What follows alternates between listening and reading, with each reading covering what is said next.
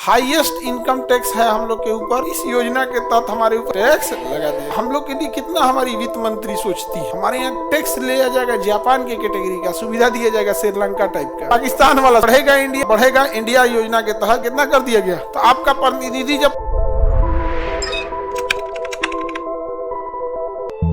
अपने एरिया में आप लोग सांसद पे दबाव बना के रखिएगा लोग कि आपके लिए काम कर सके। समझ में आ गया कि नहीं आ गया? सर हमको नहीं पता तब हम क्या करें। तो आपका प्रतिनिधि जब पास कर देगा तो हो गया संसद से। 18% जीएसटी है आपके पढ़ाई लिखाई पर। पहले जीएसटी किताबों पे नहीं था, लेकिन बेटी बचाओ बेटी पढ़ाओ योजना के तहत 5% जीएसटी फिर लगा दिया गया, ताकि आप लोग सब पढ़ेगा इंडिया तभी तो बढ़ेगा इंडिया। तो पढ़ेगा इंडिया तथा बढ़ेगा इंडिया योजना के तहत जहां पर टैक्स किताबों पे 0 था, कितना कर दिया गया? 5% कर दिया गया यहाँ पे।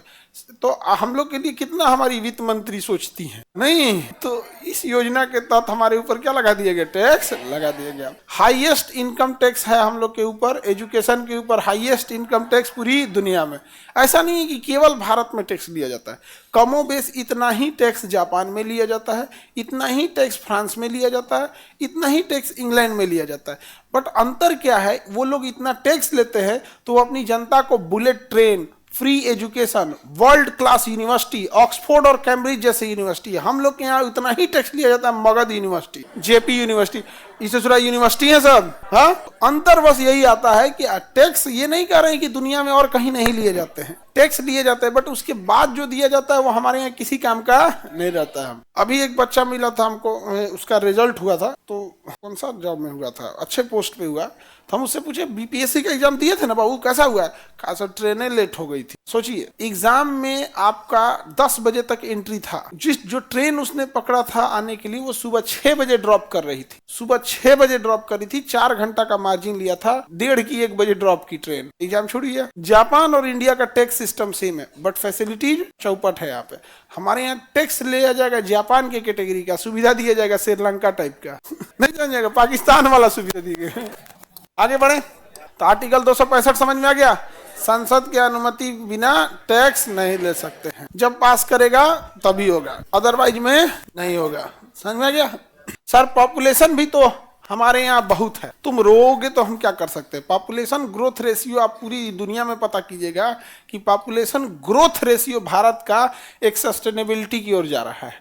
जो पॉपुलेशन है, जिस पॉपुलेशन को आप समस्या बता रहे हैं, वो बढ़ रही पॉपुलेशन नहीं बल्कि बढ़ चुकी पॉपुलेशन है, जिसमें आप भी शामिल है। तो अगर आप सॉल्व करना चाहते हैं इसे, तो आप आत्महत्या करना पड़ेगा सीधी बात है। जो फ्यूचर इंडिया का है पॉपुलेशन रेशियो वो ठीक जा रहा है, समझा गया कि नहीं? फ्यूचर जो ग्रोथ रेशियो है वो पॉपुलेशन का वो ठीक जा रहा है, बट जो बढ़ चुकी जनसंख्या है उसका आप रोना रोइएगा तो ये तो गवर्नमेंट रोती है। चाइना का पॉपुलेशन भी तो हमसे हमारे बराबर ही है, और पॉपुलेशन इतना ही खराब है तो चाइना क्यों कह दिया कि भाई हमसे गलती हो गई एक ही बच्चा का, समझा गया कि नहीं? उसने क्यों त्याग दिया वन चाइल्ड पॉलिसी को त्याग दिया कि नहीं? चल जो पॉपुलेशन बढ़ चुकी है उसकी समस्या बताइए, उसको कौन सा यूनिवर्सिटी? भारत में यूनिवर्सिटीज एक ऐसी संस्था है जहां एक बच्चे के करियर को वैसे ही जैसे बकरा का गला सहलाया जाता है ना, ये देखने के लिए काटना है कि नहीं, उतना ही काटना होता है।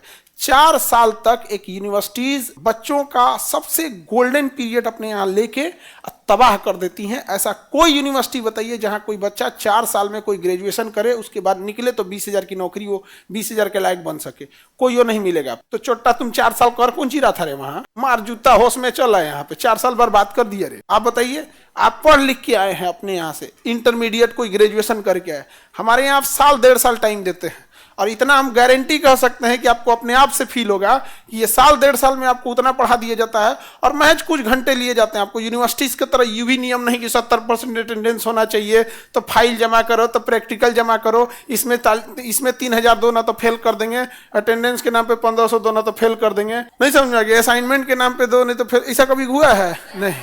हम लोग यूनिवर्सिटी में तो ये होता है, यहाँ हम लोग किए हैं कभी? आप अपने आप से पूछिएगा, जितना आप यूनिवर्सिटी में 3 साल में गंवाए हैं ना, 3 साल में, हम लोग यहाँ साल 1.5 साल में उससे ज्यादा पढ़ा देते हैं। तो भारतीय शिक्षा व्यवस्था ये सबसे बड़ा कलंक सिस्टम है यहाँ पर।